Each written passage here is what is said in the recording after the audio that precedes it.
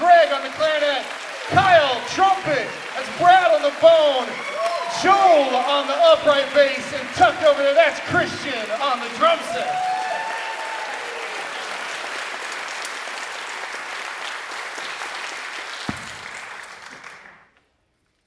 I looked it up, the key requirements for sainthood.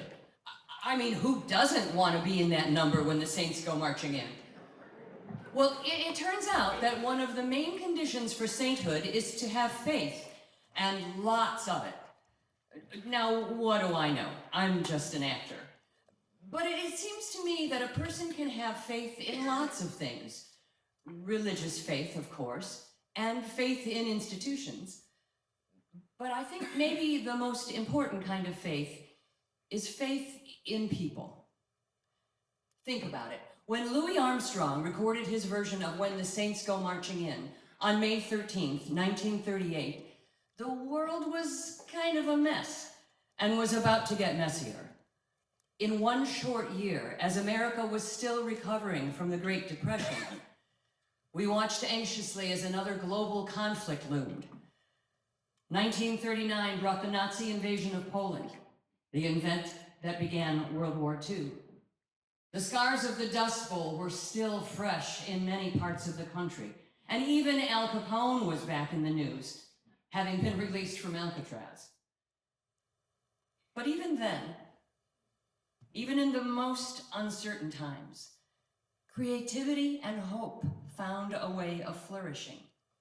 1939 also brought the first televised Major League Baseball game, the New York World's Fair, the introduction of Batman, the invention of the seedless watermelon. That same year, Marian Anderson, an African-American woman, gave her historic performance on the steps of the Lincoln Memorial. Now, if that doesn't bring out your faith in America, I don't know what does. Not to mention, 1939 brought us the release of Gone with the Wind. And of course, 1939 also gave us a film about a girl from Kansas who gets swept up by a storm and lands in a strange new world where, by having faith in a multitude of new friends and in herself, she learns that there's no place like home.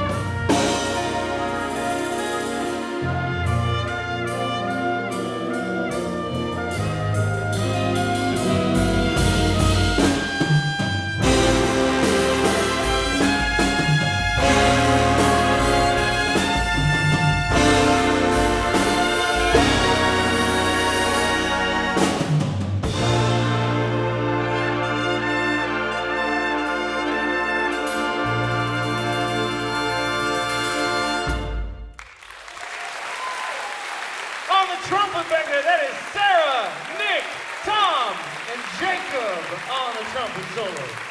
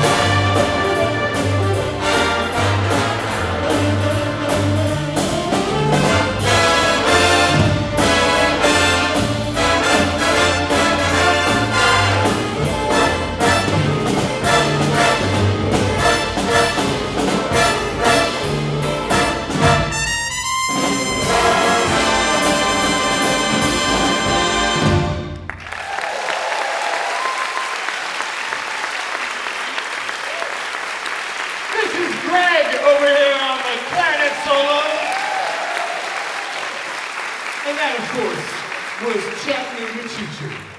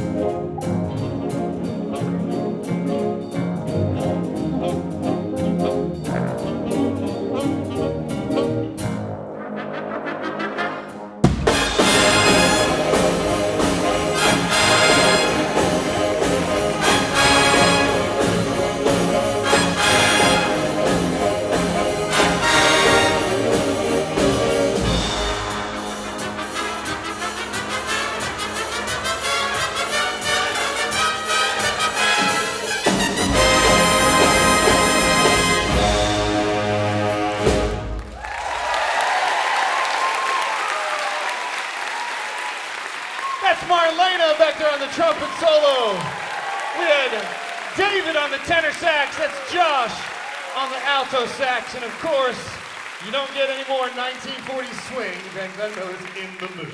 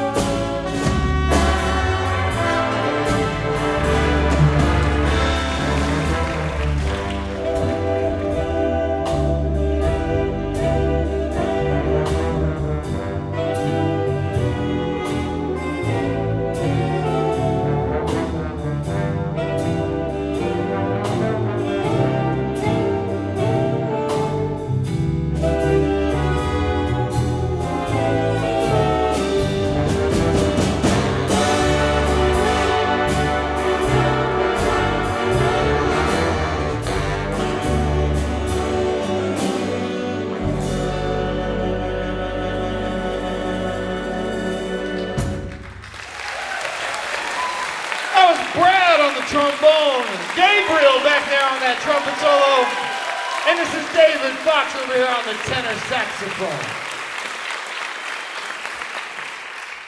My name's Dennis Keegan.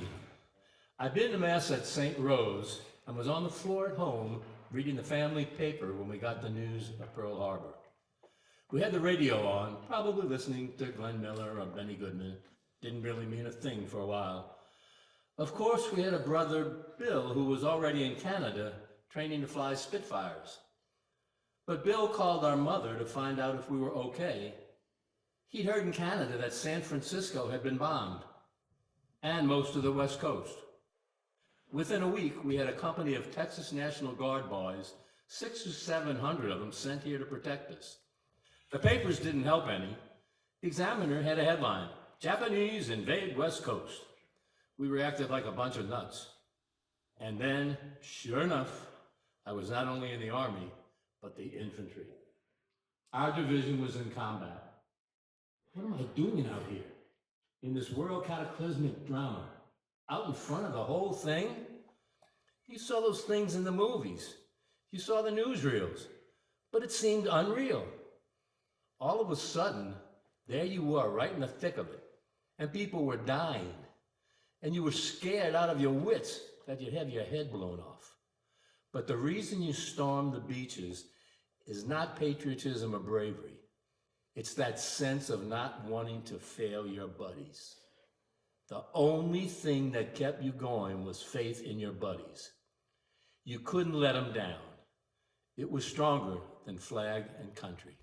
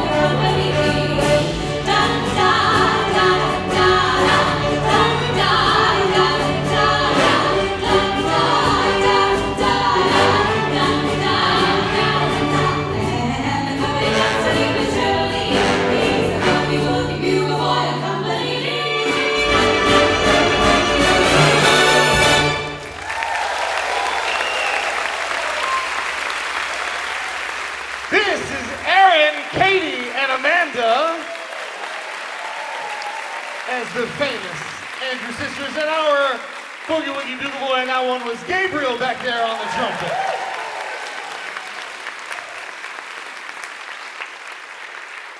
Shall we do one more, ladies? They said yes. So there we go. 3, 8.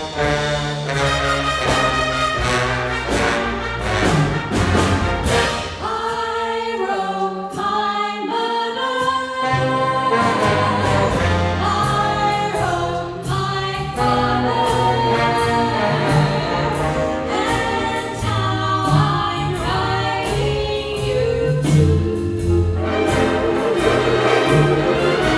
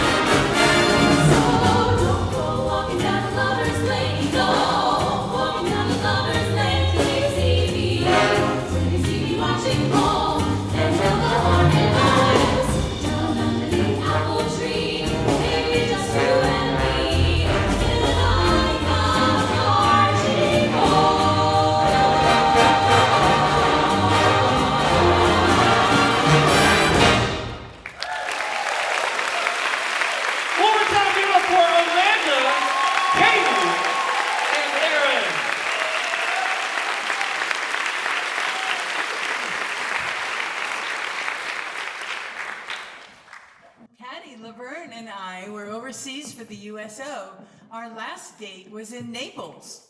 We did all our shows at repo depots where all the guys were being shipped out, and we had one more show to do. It was loaded with about 8,000 of the most unhappy looking audience you'd ever seen. They were hanging from the rafters. All these fellows were being shipped out to the South Pacific, and it was just their bad luck. We were trying to get them into good spirits. We were pretty well through with the show when I heard someone off stage calling me. Psst, psst. Patty was doing a little scene on stage, and the soldier said to me, "I have a very important message for Patty to tell the audience." I started to laugh because they're always playing tricks on us, and he said, "I'm not kidding. It's from the CO." I said, "I can't do it in the middle of the show." He said, "I'm not kidding. It's from the CO. You're going to get me into trouble." So I took this piece of paper. I didn't read it. I walked out on the stage saying to myself, I'm going to get in trouble with Patty. I waited till the skit was over. I said, "Stop your kidding. We can't read that here. We've got to finish the show." And I shoved the note at her. Finally said, "All right, I'll go along with the gag." So I said to the fellas, "Look, it's a big joke up here. I have a note supposedly from the CO. Without reading it first, I read it out loud. It announced the end of the war with Japan. There wasn't a sound in the whole auditorium. I looked at it again. She looked at me. It was serious. So I said, "No, fellas, this is from the CO. This is an announcement that the war is over, so you don't have to go." With that, I started to cry. Laverne and I were crying, and still there was no reaction from the guys. So I said it again. "This is the end. This is the end." All of a sudden, all hell broke loose. They yelled, they screamed. And we saw a pair of pants and a shirt come down from above. Following it was a body. He came down and fell on the guys sitting downstairs. We made the rest of the show very short. We got into the Jeep, and then all of a sudden the reality hit us. Oh heavens, if this is a joke, they're gonna tar and feather us. We'll have to swim all the way back to the States. So a few years ago, I was working someplace in Cleveland. I was in the hotel elevator, and this elevator man said, "Don't you remember me?" He was a short, bald-headed guy. I said, "Should I?" And he said, "Yeah, remember Naples? Remember the guy who fell off the rafter? That was me."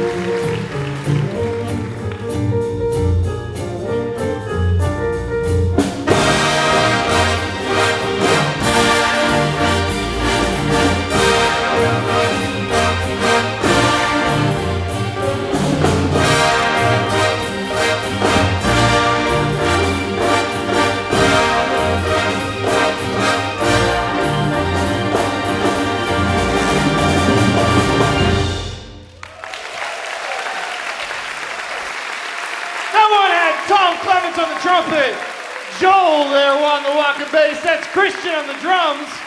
And this is the CFCArts Big Band.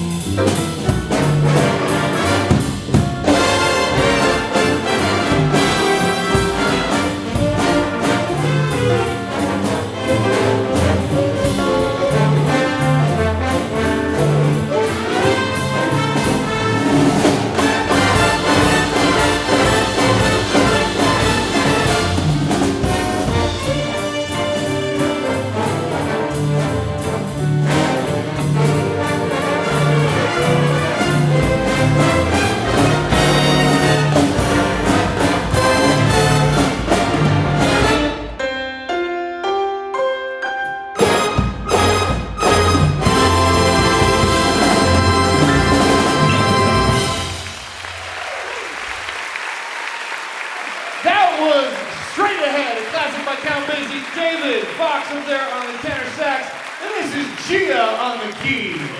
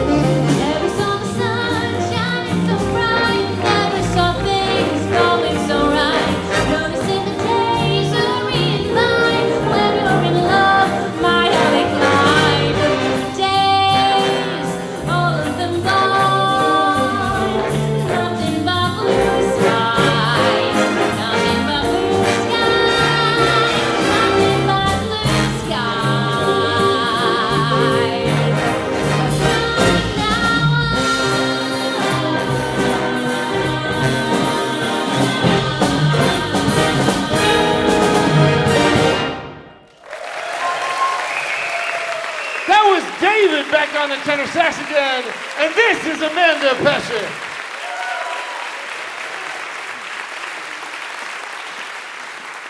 And this is Katie Horvath.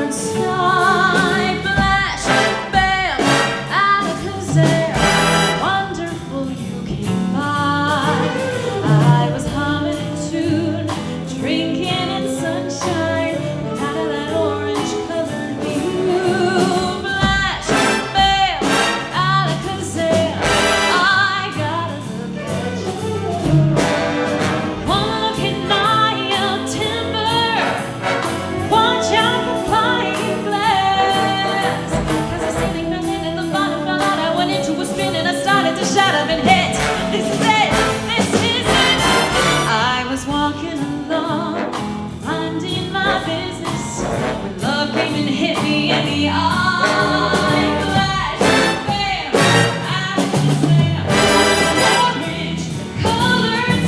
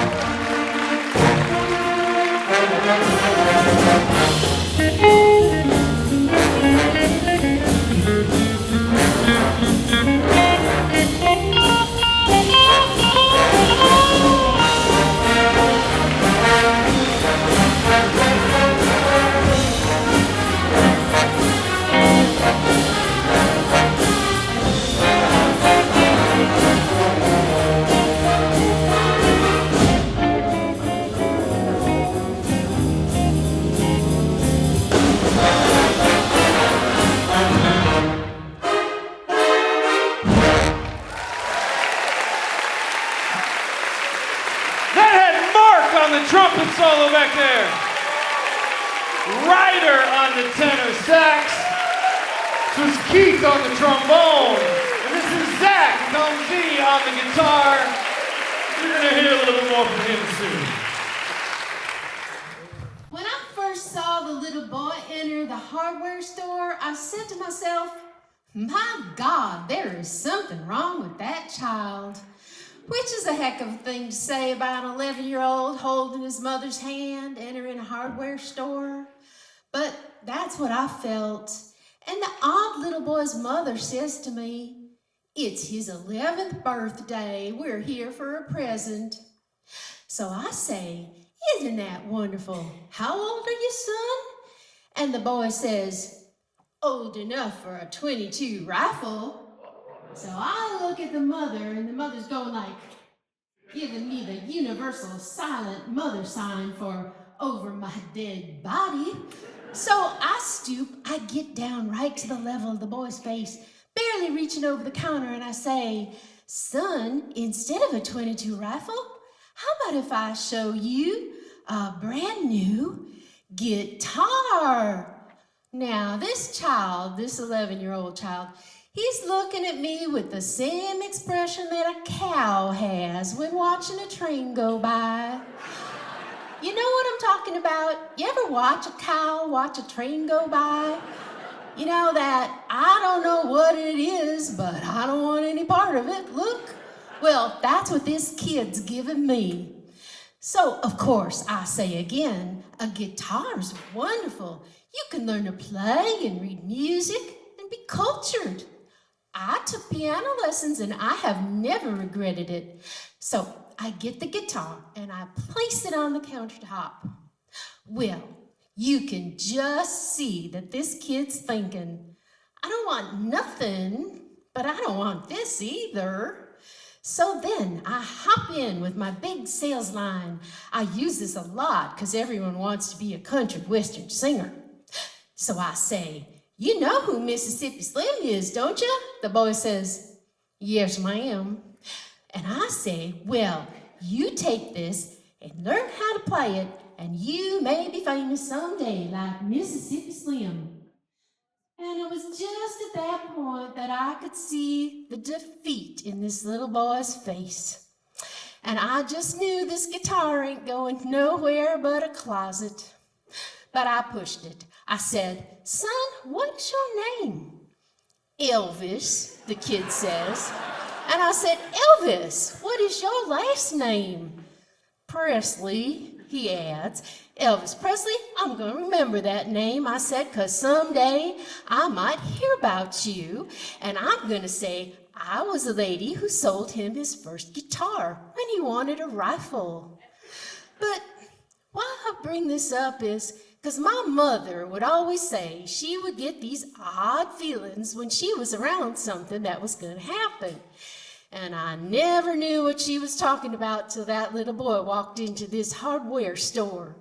Because I'm telling you, I have a very odd feeling about that little boy, like something's going to happen with that little boy.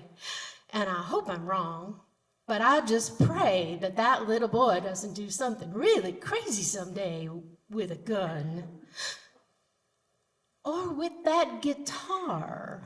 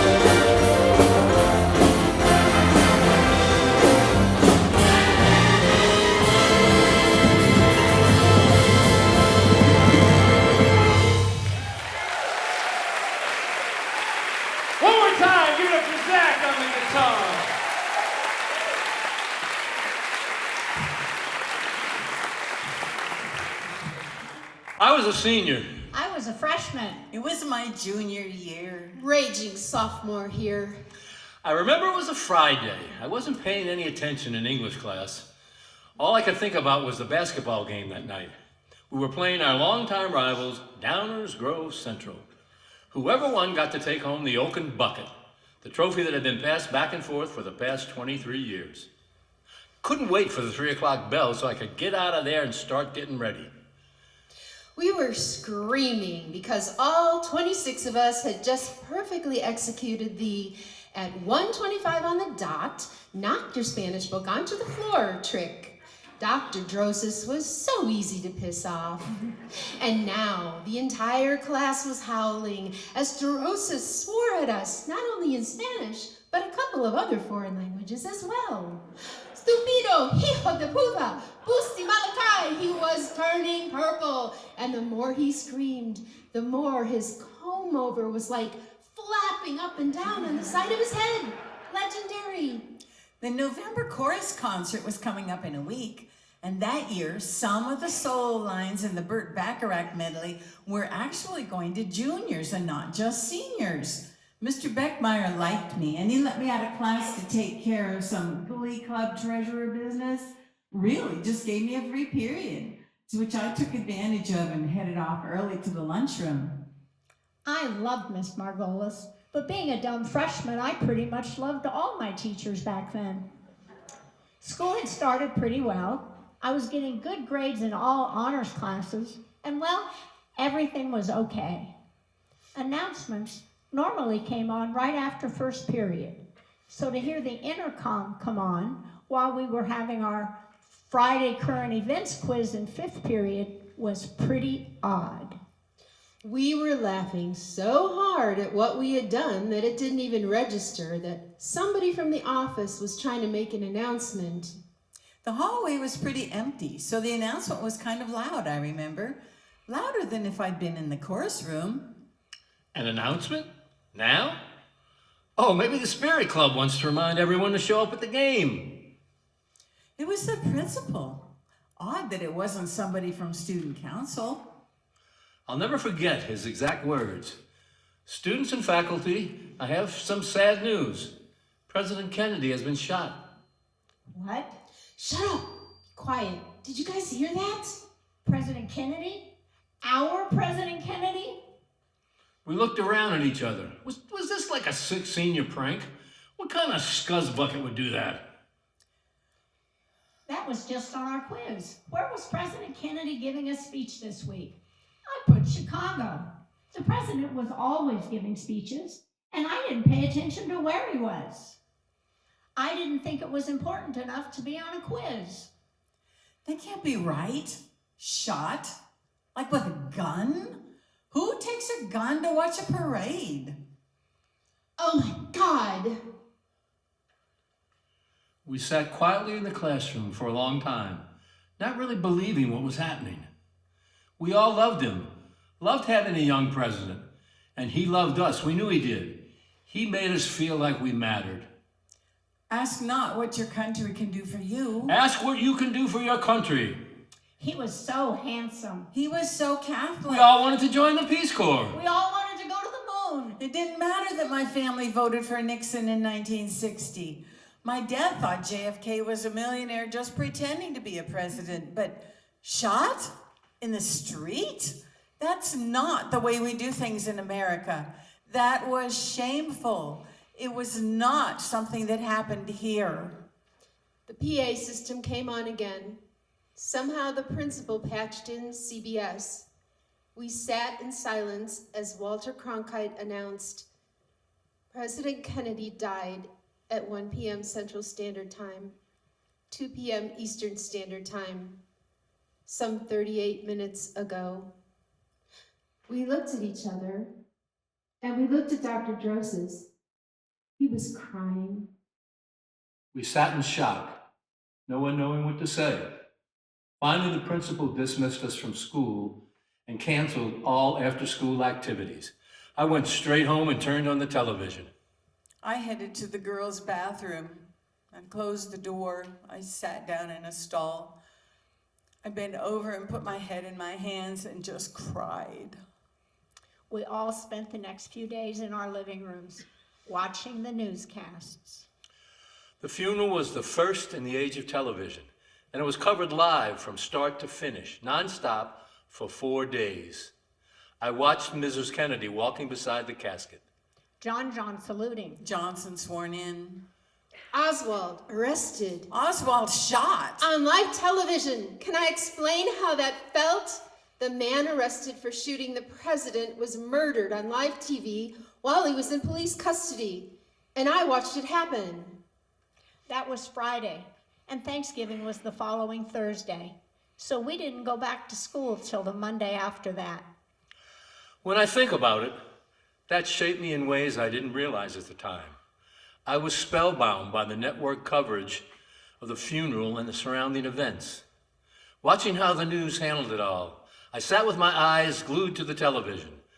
And 5 years later, with a journalism degree from Northwestern University, I landed an entry job at the Chicago Tribune as a cub reporter. It was almost like by being jerks in class, we had caused it, you know? Like, if we hadn't been screwing around, it wouldn't have happened. I know that's not true, but I still wish I hadn't been so mean to Dr. Droses. Maybe things would have turned out differently. A friend of mine said that event set off a very long, joyless season. What I noticed was the disappearance of music. Pep bands stopped. Flags were draped in black. The winter was long and cold and dreary. Everything was quiet. Then something remarkable happened. The Beatles Between February and April of 1964, the Beatles brought us back from the edge with songs about teenage love and angst. She loves you, yeah, yeah, yeah. Someone brought a transistor radio to the lunchroom, and some of the girls danced. And some of the boys started doubting the wisdom of their crew cuts and our parents. Nothing erased that Friday. But the year didn't end in silence. Music saved us. Maybe it saved the country.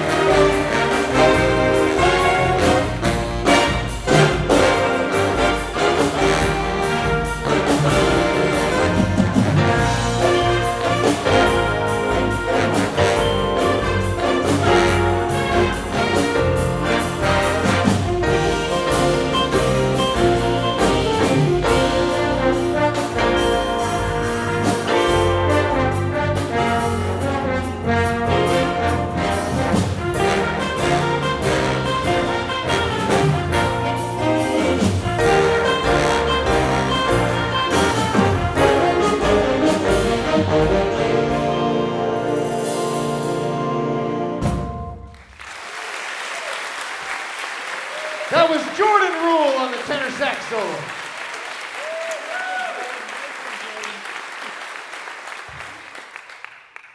On July 2nd, 1964, President Lyndon B. Johnson went on television to announce the signing of the Civil Rights Act. He said he wanted to take this occasion to talk to us about what that law means to every American. what that law means to every American? I'll tell you what it meant to me. It meant that on September 6th, 1965, at 8:30 in the morning, a bus half full of Negro kids from Marshall High School showed up at all-white Austin High, ready to start school. What that law means to every American. It meant that my grandpa and his friends had to get up an hour early every day of that school year so that they could be bused from Marshall High all the way across Chicago to go to Austin. Why'd they have to be the ones to go? Why couldn't the white kids come to Marshall? Up until then, I'd never even met a black person. The whole idea of black folks was very weird. They might as well have been from outer space. They didn't know any white people? They might as well have been from outer space. And what I want to know is, where were the grown-ups? Why didn't they give us any help in trying to get along with each other? And where were the welcome assemblies? The conversations, the safe spaces? Not even eye contact. Just distance. Silence. I guess it was just a different time. But it really seems like it didn't have to be that hard. Did it really even have to be that hard? I'm sorry that it had to be that hard.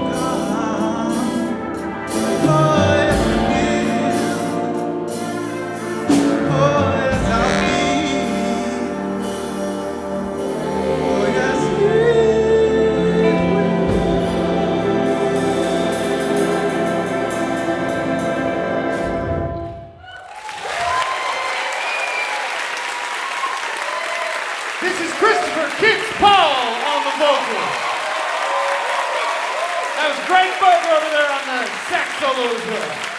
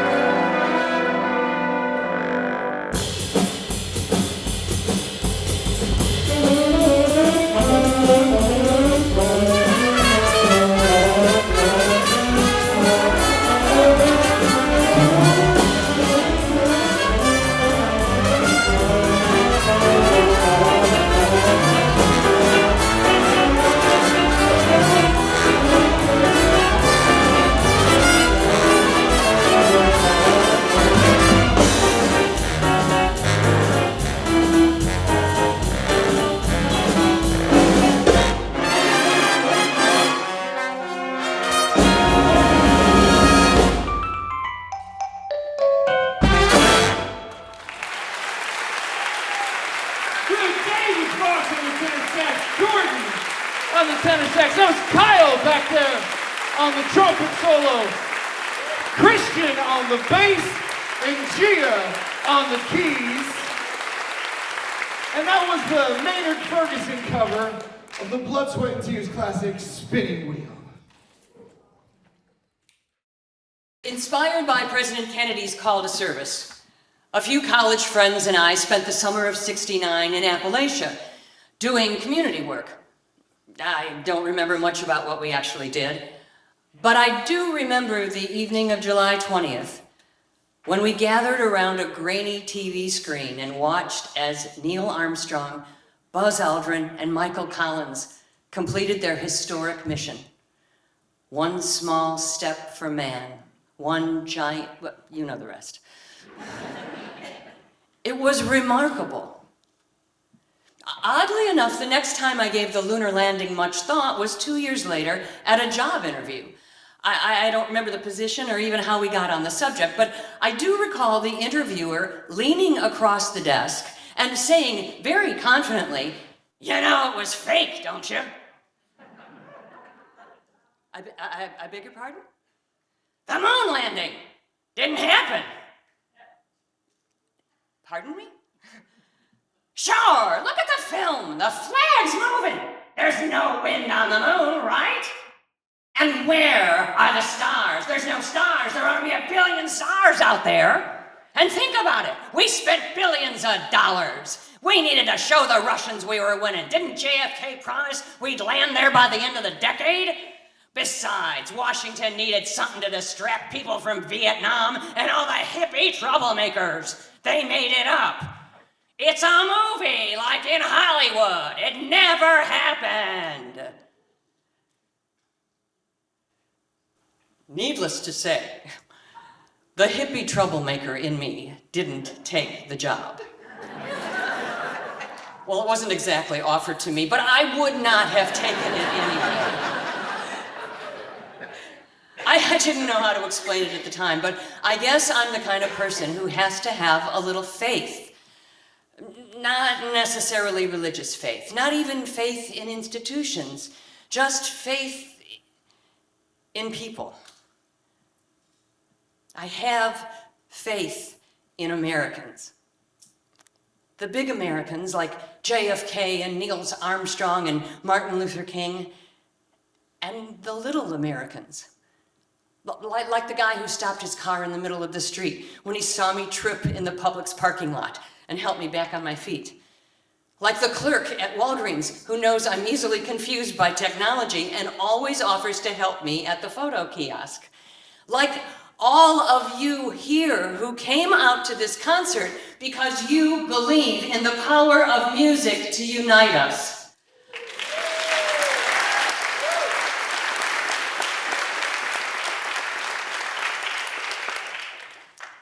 30 years.